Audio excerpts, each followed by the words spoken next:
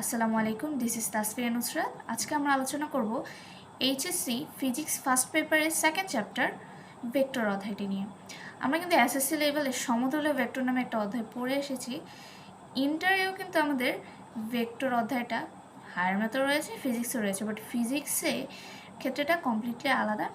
ফিজিক্সে আমরা যদি তিনটা টপিক ভালো করে বুঝতে পারি তাহলে আমাদের ফিজিক্সের ভেক্টরটা একদম ক্লিয়ার হয়ে যাবে। তিনটা টপিকের মধ্যে রয়েছে ভেক্টর ক্যালকুলাস, নদী নৌকার অঙ্ক এবং বৃষ্টি ছাতার অঙ্ক। তার সাথে যদি আমরা ভেক্টরের বেসিকগুলো বুঝি, যে ভেক্টরের প্রকারভেদ কোনগুলোকে ভেক্টর বলা হয়, তাহলে কিন্তু এই অধ্যায়টা আমাদের একদম ক্লিয়ার হয়ে যাবে। তো সময় নষ্ট না করে চলো শুরু করি। আমি বোর্ড বইয়ের মাধ্যমে বোর্ড বইয়ের যে মেইন টপিকগুলো সেগুলো দেখে দেখে তোমাদের বুঝিয়ে বলবো। ফার্স্টেই ভেক্টর অধ্যায়ে বলা হয়েছে রাশি সম্বন্ধে। যে সকল বস্তু জগতে যা কিছু পরিমাপ করা যায়, আমি তপন স্যারের বইটা নিয়েছি। তো এখানে লেখা আছে পরিমেয় রাশি। পরিমেয় বস্তু জগতে যত কিছু পরিমেয় অর্থাৎ পরিমাপ করা যায় তাকে আমরা রাশি বলি। রাশি হচ্ছে দুই প্রকার। এখন রাশি কোন বেসিসে আমরা দুই প্রকার বলবো? রাশি দিক বিবেচনায় আমরা দুই ভাগে বলবো। একটা হচ্ছে স্কেলার রাশি বা নির্দিক রাশি, অর্থাৎ এখানে দিকের কোনো প্রয়োজন নেই।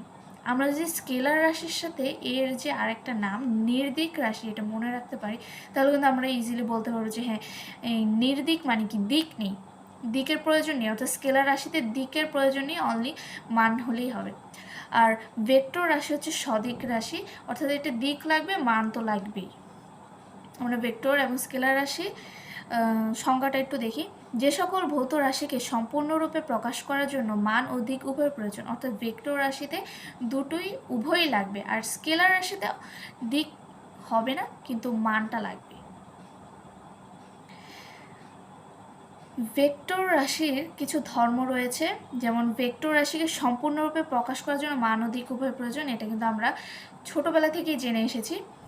শুধু মান অথবা শুধু দিক অথবা উভয়ের পরিবর্তন হলে ভেক্টর রাশির পরিবর্তন হয়। ভেক্টর রাশির যোগ বিয়োগ গুণ ইত্যাদি সাধারণ গাণিতিক নিয়মে হয় না, ভেক্টর বীজগণিত নিয়মে হয়। এটা আমরা যখন ম্যাথ করব তখন কিন্তু আমরা ঠিকই বুঝতে পারবো যে ভেক্টরের গুণ, ভেক্টরের যোগ, ভেক্টরের বিয়োগ এগুলো কিন্তু একটা আলাদা নিয়মে হয়। দুটি ভেক্টর রাশির মধ্যে কোনোটির মান শূন্য হলেও তাদের গুণফল শূন্য হতে পারে।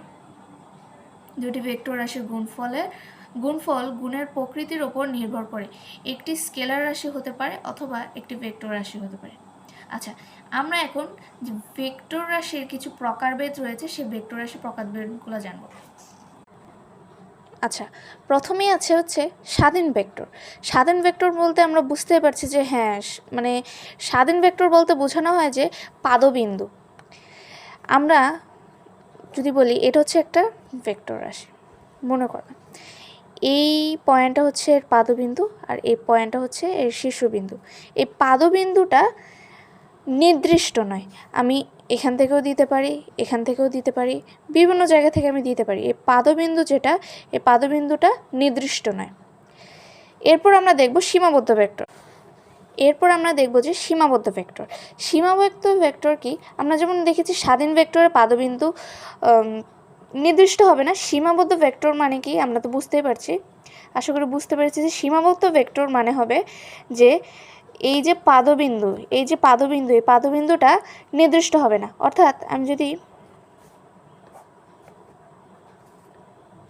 এই একটা ভেক্টর মনে করি, তাহলে এই ভেক্টরটার পাদবিন্দু কিন্তু নির্দিষ্ট। এই ভেক্টরটার পাদবিন্দু ও বিন্দুতে,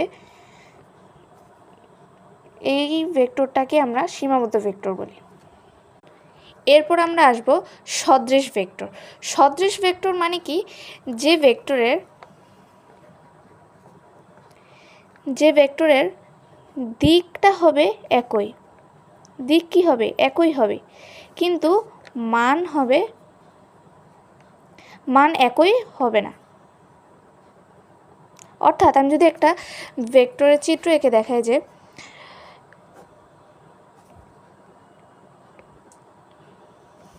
দেখো এই ভেক্টরটা আর এই ভেক্টরটার দিক কিন্তু একই, এই দিকেই কিন্তু যাচ্ছে, কিন্তু এই দুইটা ভেক্টরের কি মান একই? এটা